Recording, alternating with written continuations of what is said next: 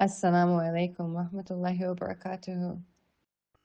Between late last Wednesday and this morning, Sami was engaged in intense discussion with his legal team and family until he finally arrived at the decision to voluntarily depart the U.S. in lieu of pursuing other viable and favorable legal avenues. This is a huge win for Sami. It allows him to leave the U.S. and return home to England, to feel the warm embrace of his wonderful parents, wife, and small children. Those who have stood by him unflinchingly and unapologetically as they should. This is a huge win for Sami. It cuts off weeks of prolonged detention in one of this country's sprawling immigration prisons, all for him to have fought his case in federal and immigration courts towards the same end. This is a huge win for Sami. It allows him to return to this country without a removal order obstructing him, preserving his ability to seek future admission to the U.S. This is a huge win for Sami because this is Sami's choice for himself. Alhamdulillah. It does not mean it's ideal, and it does not mean it's perfect given what he was put through.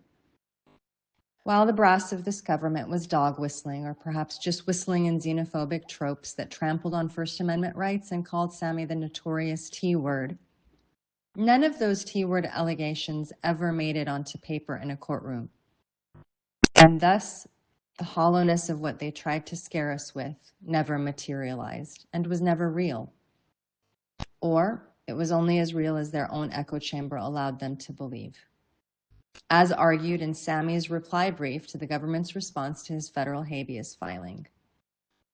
While the government, coyly questions petitioner's right to adjudicate his collateral constitutional claims in this court, asserting that no claims have been made against Hamdi that he is subject to removal under terrorism-related inadmissibility grounds or related provisions. The government has been simultaneously posting on its official social media accounts that is precisely what Hamdi's detention is all about.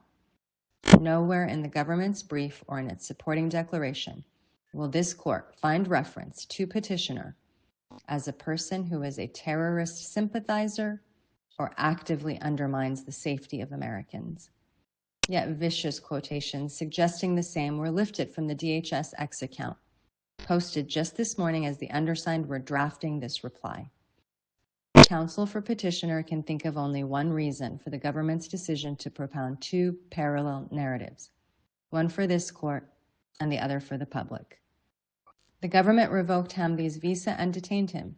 Shortly after, the government and agents close to the government celebrated his detention in public-facing posts that left no doubt that his visa revocation and detention were intended to suppress his speech. It has been one of the greatest privileges of my career to be a small part of an exceptional legal team for Sami, one of mighty principle, commitment, and conviction. And so I need to thank Hassan Ahmed for his fierce dedication and extraordinary legal acumen.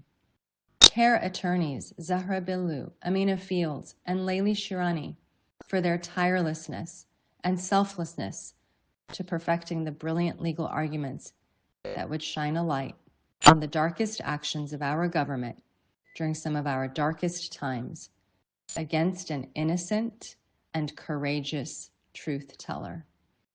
To Sami and his family, thank you for allowing us to walk alongside you on a path you illuminated with the virtues of radical honesty, grit, grace, patience, and faith. We will see you soon with frozen In-N-Out burgers in hand.